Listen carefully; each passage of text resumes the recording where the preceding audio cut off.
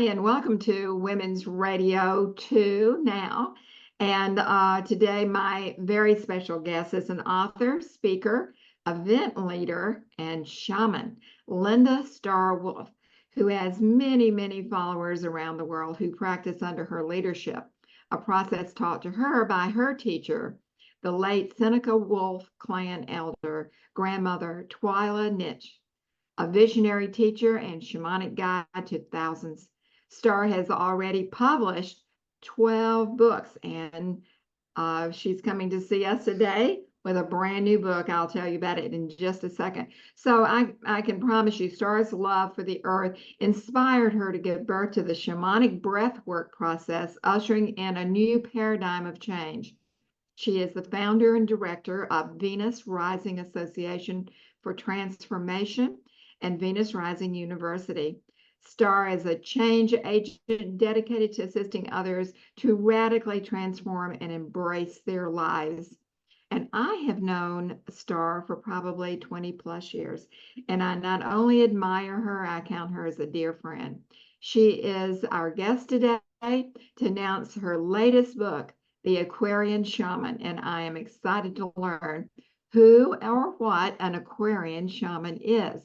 And I would like to introduce all of you to Linda Starr Wolf. Welcome, Linda. Thank you so much. What a pleasure to be here with you again.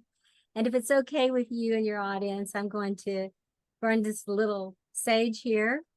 Absolutely. And bring this swan feather. And I always like to say right up front that anything that has come to me that had a long life when it left of natural causes, and was crafted and created by a dear friend of mine who lives in Iceland and that found the swan. So this is a gift. How beautiful. So I bring the energy. Swan is the energy of heart and surrender and grace and ease. I would think that right about now, we could all use a little bit more of that. Indeed, we could.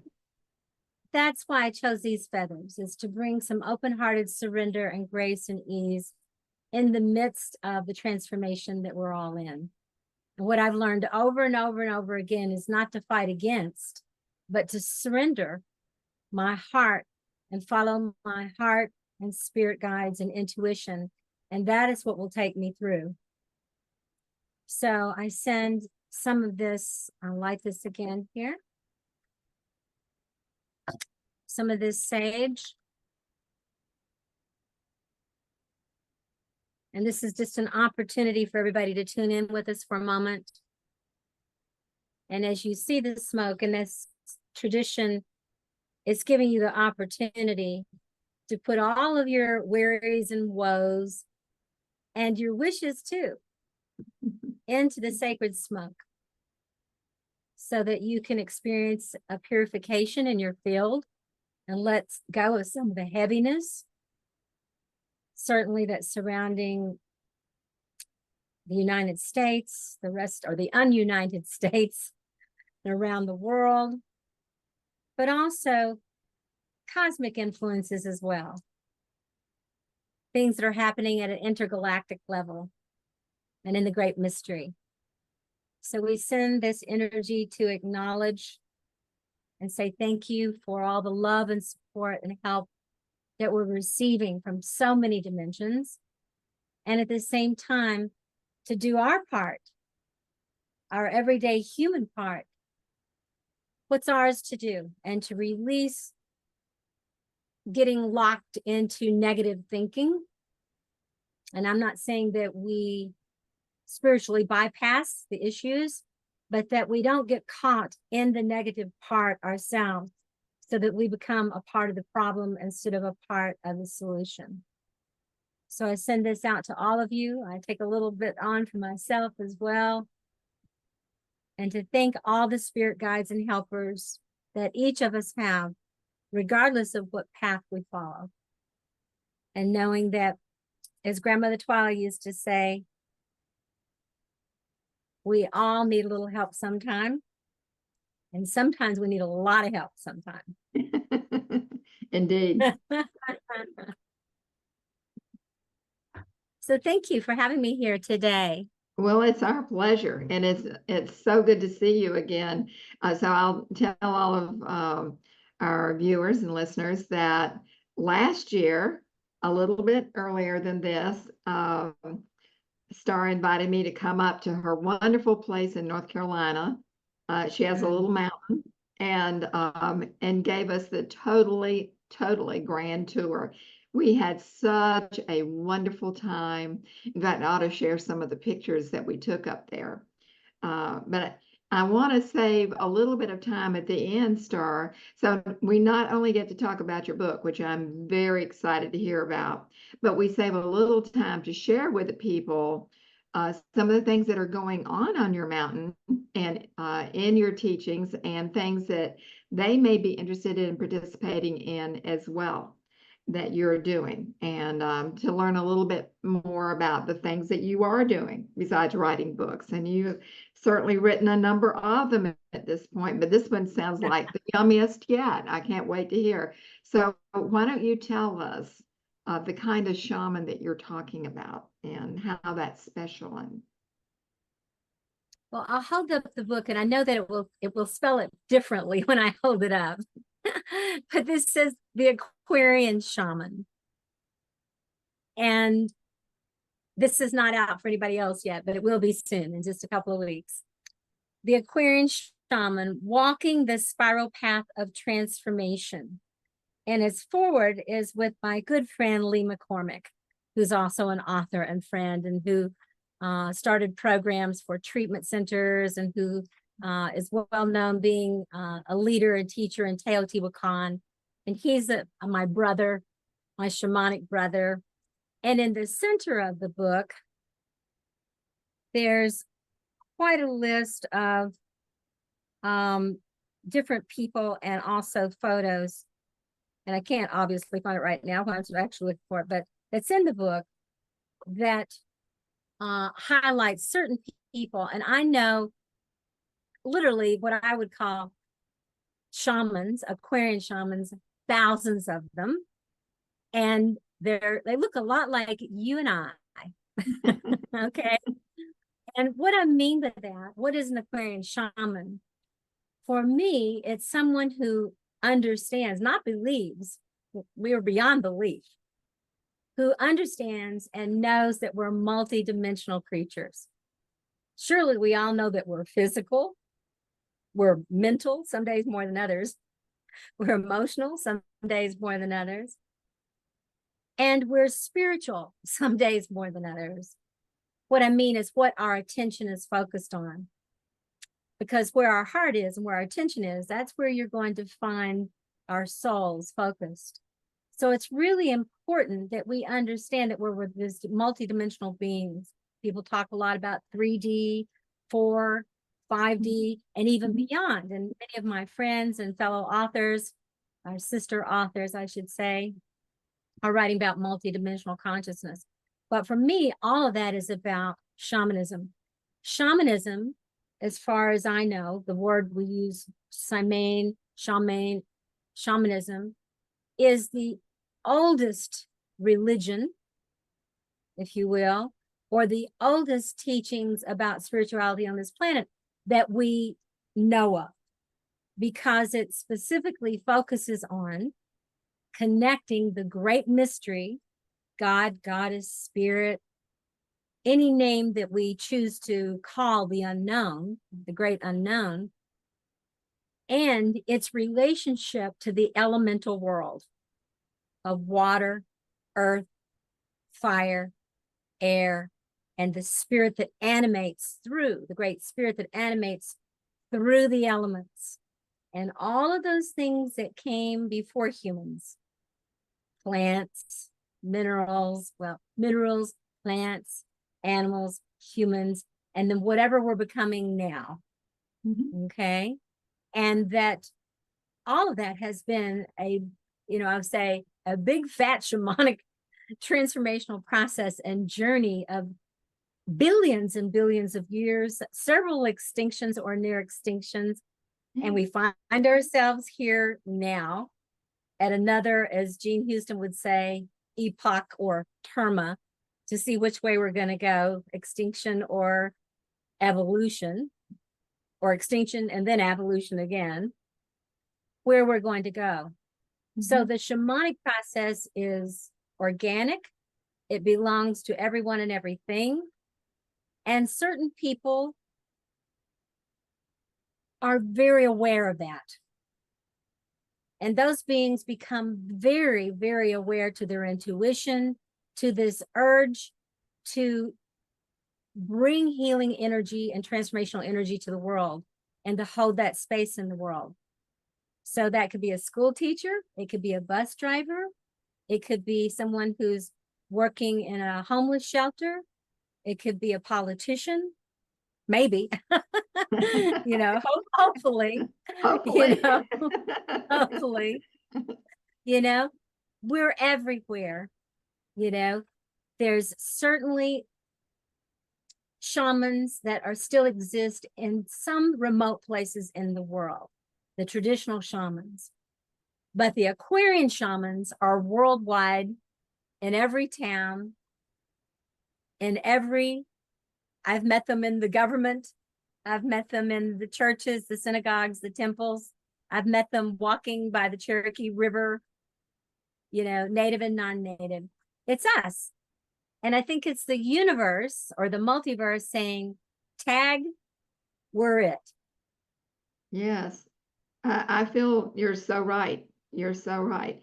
And now I think a lot more about what I have left to do. We all have a part. And I think, you got to keep your nose to the grindstone a bit longer here because your work is not over. And is this the world you want to come back to? Oh, you better get busy because if I wanted to come back, I could see a much better kind of place to come back to. And I can see how it can happen. But I think that you're right. It's going to take all of us really focused on the solutions. And we get there from the spirit. And I believe that you are one of those wonderful people that are helping numbers and numbers of people get in touch once again with their spirit to make that work happen. Well, part of the message, I think it brings it home to each one of us to say, instead of saying, who am I? What can I do? I feel powerless. There's nothing I can. These forces are bigger than me. I just need to, go and hide or, stock up a bunch of food or whatever. And I have a few extra food supplies right now, especially since 2020, and that sort of thing. But that's not what it's about. It's not about running and hiding. It's about showing up. My father fought in the Korean War. He was just a young man. He was 20 years old. Now, I'm not a war advocate at all, but I greatly respected my father. He was on the front lines in Korea and was fighting against communism. And my father came home terribly shell-shocked, terribly wounded inside. And he was still to this day, and he passed a few years ago in 2020 at 93, Wow. in my arms, in mine and my mom's and my son's arms. We saw him out. And wouldn't you know it, as an aside, I had online training program beginning that night in Bali. And I still did it that night and said, my father just passed in my arms and I want to do what he would want me to do because he believed in me and what I'm doing. And my father used to say to me, as he got older and finally started sharing about what happened to him in the war, that he was a gunner and he was on a machine gun, one of the big ones. And he said, I mowed down young people my age, honey. And he said, I don't know if God will ever forgive me for that. And my father was started a little church with a bunch of people, about 50 people their age.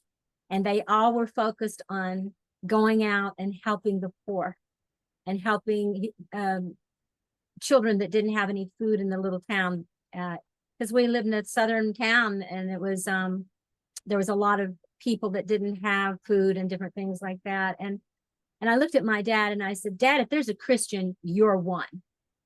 And he said, would you do that breathing thing you do with me, that you do with others for me? And I did that with him just a short time before he passed.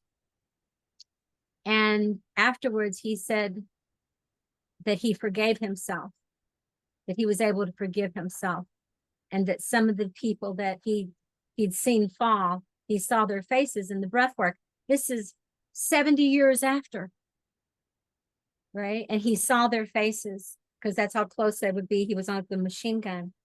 And he said he saw them, just boys his age, and he just, each one his breath work, he said to them, I'm sorry, please forgive me. And he said this peace came over him, and he realized they were all just boys doing what the government told them to do. But the thing that made it so hard for him was that after they had done all this killing, the two opposing governments had a talk and gave back the land that he had just killed all these people for, back to the people. Wow. At that point, my father became a peace advocate. And he came back and followed the path of Yeshua, of Jesus, and his path, and vowed to do no harm. So I am so heartbroken for my father on one level, and for all those young men. But I'm also grateful because my father was able to understand me as a hippie in the 60s, while protesting the war, and standing up for different things, and was my biggest cheerleader. And so I've had something that a lot of women my age haven't had, and that's really deep, loving, positive male support from the masculine, beginning with my father. So I didn't know he was going to come through today. That wasn't scheduled. But my father was an Aquarian shaman. You know, he loved Edgar Casey. Sounds like it. Who lived just about an hour from us. Wow. And he read all his books. And like I said, a big, you know, he always said that his favorite president was Jimmy Carter, that if there was truly a Christian on the planet, that it was Jimmy Carter. And so he set a beautiful example for me of what a strong and powerful man could be, but who had a well-developed feminine, you know, or yin side too. Mm-hmm. And I just wanted to acknowledge him today, and as an Aquarian shaman. That is great. I love the story. Thank you for being willing to share the story. You know, I don't think I've shared it before and you know, I mean, I've shared it in groups, but I don't know that I've shared it in my interviews before. But I feel him here with me right now with everything that's going on the planet. Well, and I think that, you know, it's that kind of release I think we're all looking for, to be able to get in touch with our hearts and then do the work from this really good place. And we have to have leaders like you to do that. So I'm grateful. At any rate, I want you to go a little bit deeper into the work that you do and share a little bit more about it so that people have an expanded point of view about all the things that you're doing. Thank you. And I want to acknowledge you because I know that you've been doing this work. We've both been doing this since we got out of diapers, you know, in some shape or fashion. For some people, it's kind of a new thing, and it's great to see all the young people who are stepping up and stepping into this work. But for some of us, we're like my father, we're veterans, you know, and I've been a veteran of this work. This makes my, if you count when I started, got sober and started working at the mental health center, that was 52 years ago. Mm-hmm. And specifically 42 years ago, when I became what I would call completely sober on every level, letting go of all the addictive patterns out of my life. Although there's a couple like codependency that kind of still hold on at times. But when I really cleaned up my system, my mind, did a deep cleanse inside and out. And of course, that's ongoing every day, one day at a time. But from that 42 years ago till now, I have been teaching and sharing people how to get high on your own supply. That's great. Yes. How to open up to your own higher, deeper, not just higher, but deeper embodied wisdom, body, mind, heart, soul, and spirit. And of course, the great connector to that is first and foremost an open heart and an open mind, and doing what we can to take care of our physical bodies, to be eating the right kind of diets for our blood types or our types, whatever that is for us, to be eating in a way, nourishing ourselves in a way that's nourishing for us, and to take care of the physical, to take care of the mental, to take care of the spiritual, to take care of the emotional. All of our multidimensional bodies need to be cared for so we can help open to these greater dimensions of greater awareness, so that our intuition and the messages that come through are clear. We're receiving direction all the time. I think you're believe right. that or not, whether you believe in that or not, the stars, the moon, we know the moon has effect on the water. Why wouldn't it have effect on the 80% of our body? Exactly. I just had that same conversation, I think, yesterday. You know why? Okay. Why wouldn't we think that we're part of the universe, and why wouldn't we, why don't we trust it more? It is, I think this thing about trusting is really up for me. And I feel like I have to work on that every day. And I think people, and I was going to ask you, like you said, your father said, what's that breath thing that you do? But you've been doing that for quite a long time. And what is the value of doing the breath work? If you were in front of a group of people, what would you tell them? What would you tell them to encourage them to learn about this? Well, the first thing I could do is hold their breath and see how long they can hold it. We can go without food for a long time. Gandhi went 40 days. We can go without water. People have gone, like a week or longer even, and survived, in trauma cases.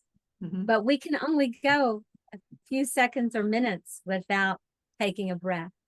We have to breathe. There's something spiritual not only about it, not just necessary because of being a physical being, but there's also something numinous about it. In fact, the breath is called pneuma. You get pneumonia, you can't breathe. You get congested. Right. The pneuma, is the essence of the spirit that's coming into us and activating the elemental parts of our body. And the elemental parts of our body make us human.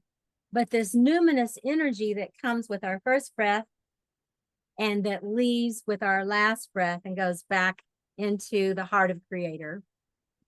In between that first and last breath are many breaths. Many, and I don't mean M-I-N-I, I mean M-A-N-Y, many breaths. And how we use that breath determines how we think, how we feel, and how we react and respond in the world. For instance, if I'm angry and I want to say something mean to somebody, if I stop and say, do not post that, or don't say that, and I breathe for just 1 minute, like that. When that minute is over, I just go to the next thing, probably, more than likely, or I might reflect and say, what was going on for me in that moment? I may get to know myself a little bit more, or I may respond instead of react to what I was getting ready to say or do in a way that would actually be helpful in some way, or open a discussion. Breathing is key. Can you imagine if anybody was thinking about pushing a button for the bomb and they had to breathe and consider and meditate for 5 minutes? It wouldn't happen. It wouldn't happen.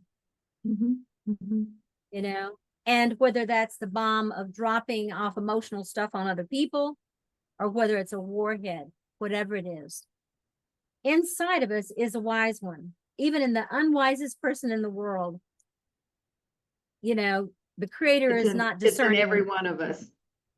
It is in every one of us. It's in every flower, plant, tree. animal creature. That's not just a woo-woo thing. It's a reality that the numinous is in everything. And when the breath leaves it, it leaves and it goes back into, the regeneration that it does back into the earth, back into the sky. The breath goes into the air. Our waters go back into the water. Our blood go back into the waters. Everything go back into the elemental world, and the numinous spirit goes back to the great beyond. So it's recyclable, I believe, in my sense, and around reincarnation and things like that in various forms. I have memory of being a tree, not just a human. I don't think that it's a hierarchy. Grandmother Twyla Nitcha, the Seneca Wolf Clan Nation, was definitely an Aquarian shaman. And she would laugh at me at this moment. And she's probably laughing at me on the other side, because I said to her, she says, tell me, because I was talking to her all those years ago about being Aquarius, and about shaman, and what am I, and where. She says, well, tell me what it is to you. And when I told her, she said, well, I'm one of those. She had a great sense of humor. She said, I'm one of those. I said, yes, Graham, you are. Because she, even though her background was Seneca and she was an elder and she lived on the reservation, she opened her big, beautiful heart to everyone. When you would go to see her at her home, there would be the old elder medicine man that was camping in her backyard in the teepee, who didn't actually have a place to live anymore, and that was living on her land. And then there would be, the hippies that were in her front yard, and then there would be a woman knocking on the door from Japan who said she dreamt about her. And remember, this is before the internet, okay, and found her in some similar ways that I did. So grandmother Twyla did not say, no, you're not of this blood or this age or whatever. She said, I guess I am one, because I see the healer inside of everybody. And she said, and I believe that whatever medicine that I give to others, it's up to them to do what they will with it. And what they do is what heals them. I'm not healing them. They're healing themselves with the medicine I'm providing. And so that's a really important piece that has stayed with me, when so many people, I understand, but in some ways kind of codependently want to be healers, to remember that people really can heal if we help them remove the obstacles that keep them from that. And in that empowerment, they can remember that the shaman is within them. And that's the Aquarian energy, that it's no longer the shamans of old, where some shamans on a mountaintop and only a few hundred or people or whatever can ever be in touch with that person. There's 8 billion, there's 8.5 billion of us now. So we're, I believe, graduating. We're graduating to a place of needing to know how to heal ourselves and to help others. Yes. I totally agree with that point of view. And now I'm so inspired, I guess you might say, that so many people actually are utilizing science as well to show exactly how we can get into these states where we can affect our own healing, affect healing for other people, all the other mysterious things that have ever been written about are really available to us. Most importantly, that we begin to love each other and forgive each other and forgive ourselves, as you pointed out, as your father did. Yep. So plenty to go around. And I think that the people that need to come and learn the breath work from you, learn the systems that you're teaching, I hope that they'll find you through this and the other things that you're doing, and that more and more people will find the way as it and put it to good use. There's many things arising around the world that are showing up, with it, there's the curses, and then there's the blessings, of the internet, and that sort of thing. And this is one of the blessings, is that so much information can be sent out to people all around the world, even in the Congo. I mean, it's everywhere. And so there's always going to be a light and dark of everything. So let's make the best use of it that we can, like this, Absolutely. Yeah. and do what we can. And it can, on one hand, it can cause us to isolate or to withdraw into ourselves, but that's a choice. We can also do what we're doing here, and we can reach out, and we can reach people that, I reach people physically all the time because we do workshops and retreats here on my mountain. We're going to Egypt in October, and we're going to Costa Rica, and in December. And so we're a lot, and we go to Sedona every year. So we're in a lot of places and connecting with people in the outer world physically. But and then we have a lot of people come here. But at this point in my life, I'm touching so much more people through my books and through interviews like this. And then they can gather that information. And then if that feels like that they want to come do something, or if that was just what they needed and that's enough, or it might have even led them to somebody else, because I feature other people in my books, because that's the Aquarian way, that if my medicine's not for you, there might be someone else in here that will be closer to what you're feeling drawn towards. The competition doesn't need to be there. We're all in this together. We bring our gifts and our hearts, to the world at this time, especially. Well, I like to say there's somebody for everybody. And I think that that's actually true. So before you leave, I want you to be sure and tell people some of the work that they may be drawn to and how to get in touch with you. And then I want to say, I want to make a correction. This is being published the day that your book is coming out and published. So we're doing this in advance, just so the audience knows. When you said it's not out yet, when they see this, it'll be that day that your book is out. So you should be able to race out to your nearest bookstore at that point and get her book, or go to Amazon, correct?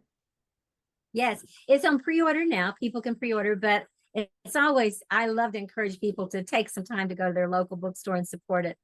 And if they can, because I hate to see bookstores and libraries disappear from our planet. Me too. I love bookstores. Especially locally owned bookstores. They put so much into it. They do. We have a little one here, City Lights, and they always put my books out at their place. And I used to go down and talk to a handful of people in our little town here in Western North Carolina. So we want to be sure to do that. That wherever you are, I hope that if this calls to you, that this is something that you'll not only have for yourself, but share with others. And, I'm at that 72, I'll be 72 in December. I'm willing to own the title or the name Aquarian Shaman. As I said, I've been at this since I was a teenager. I've been at it soberly since I was 29. And I've been doing breath work for 35 years. And this is what I have done. And it's what I've used for my own personal healing and transformation. And people say, for what?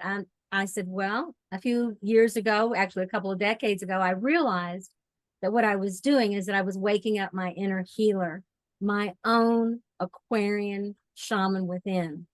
And it's not a high title. For me, it's more like saying I'm a human being. It feels like a birthright. And that's why I'm inviting everybody that feels that call to awaken that part of themselves and to do whatever it is, the breath work or whatever it is that will help put them in part of that themselves. And to remember, like I said, that your body knows how to heal itself. Your mind knows how to heal. And we can get support and love from others. But ultimately, the body has to decide it wants to heal, and the mind and the heart. And the transformation then takes us not only from healing and reviving to thriving and creating. I love it. The perfect word. So now don't forget to tell people how they can get in touch with you or learn about what you're doing on that beautiful mountain of yours, and around the world too. They may have a desire to join you some other place as well. The best way to contact us is to go to Shamanic, Shamanic, Shamanic breath work. You'd be surprised that somebody one time thought I said breastwork. I It could didn't probably get use some of there. that too. Haven't had any, but I could probably use some. But the shamanic breath work, and that is and it's .org. If you just go to shamanicbreathwork.org, you'll find a rather interesting website that's been around for a long time and of course redone many times, but that will give you a complete schedule of everything that we're doing. We have a lot going on. Indeed, you do. Out of the country, here at our retreat home on the mountain, where we have 50 acres and our elemental temples. And I have online mystery schools right now. They're all booked for this year, but there'll be some openings probably next year. And I have mystery schools, and you've been to one of those. And the next one is in September. And if you go, I can't remember the exact date. I think it's the 19th through the 25th. It's a week long. And with that, I'll be teaching some soul retrieval, extraction, soul return work. It's a level 1. And then we'll do another one in the spring. And so there's a certification training with that. So we also have a university. And sometimes I don't know why I forget to mention this, but we have had a university for many years. It's Venus Rising University. And people get bachelor's, master's, and doctorate degrees through us. So Wow. doctorate of ministry, ordained shamanic ministers. And many people who come into the university already either have like a bachelor's or master's and then go right into the doctorate program, whatever level you're at. And even if you're just beginning, you can still come in at the bachelor's level. And part of that will require you to go and take the training, part of our training, in order to get the bachelor's degree. So there's we've been around so long and doing this long, we have so many things to offer. And it just depends if you're an Aquarian shaman and want to step out more fully in the world and have some credentials to go with what you're doing. And all that experience, and from someone who's been doing it for such a long time and doing it well. And I'm so pleased to know you. I'm so honored to know you. And I appreciate all the good work you're doing. Well, likewise, like I said before, between the two of us, we've got about 150 years of serving others to the best of our ability. And I so appreciate your dedication and courage and wisdom. And thank you for having me on today. Well, it's just my extreme pleasure to do this, and I hope that you will be coming back more often, and we'll be talking to more people. We'll find some other interesting things now for whoever is listening, and I will include it, I think, on the site, because we're going to add some ways for you to reach us. It's certainly through team@women-corp.com. If you want to send a direct email, I'll get it. And we're going to have some other ways that you can actually participate, whether it's asking questions while we have guests or asking questions during the time that we have guests. So we're trying to move to some live interviews where we can do things like that. And so I definitely, as soon as we do that, I want you to come back. That'll be a lot of fun. But then there's some We'll have to brief people. Yes. I do that. I've done that with several people, interviewers. We brief people, and that's been fabulous. Well, we will allow for more time, and we'll prep everybody and let them know that we're going to do something like that. And that would be a lot of fun. It'd be like a full program, wouldn't it? So that will, we'll look forward to doing something like that. That'll be great. There's some other events and some other things that are going to be happening, and we'll tell you more about it as we go along. And I have a feeling that Star will be a part of some of that too. And so there may be other opportunities for people to come and meet you. So we'll just dangle some of the carrots out in front there and see what happens. Well, Star, thank you once again for being my guest, for being my friend, for doing all the wonderful work that you're doing. And we will definitely look forward to your coming back. Thank you. And thank you.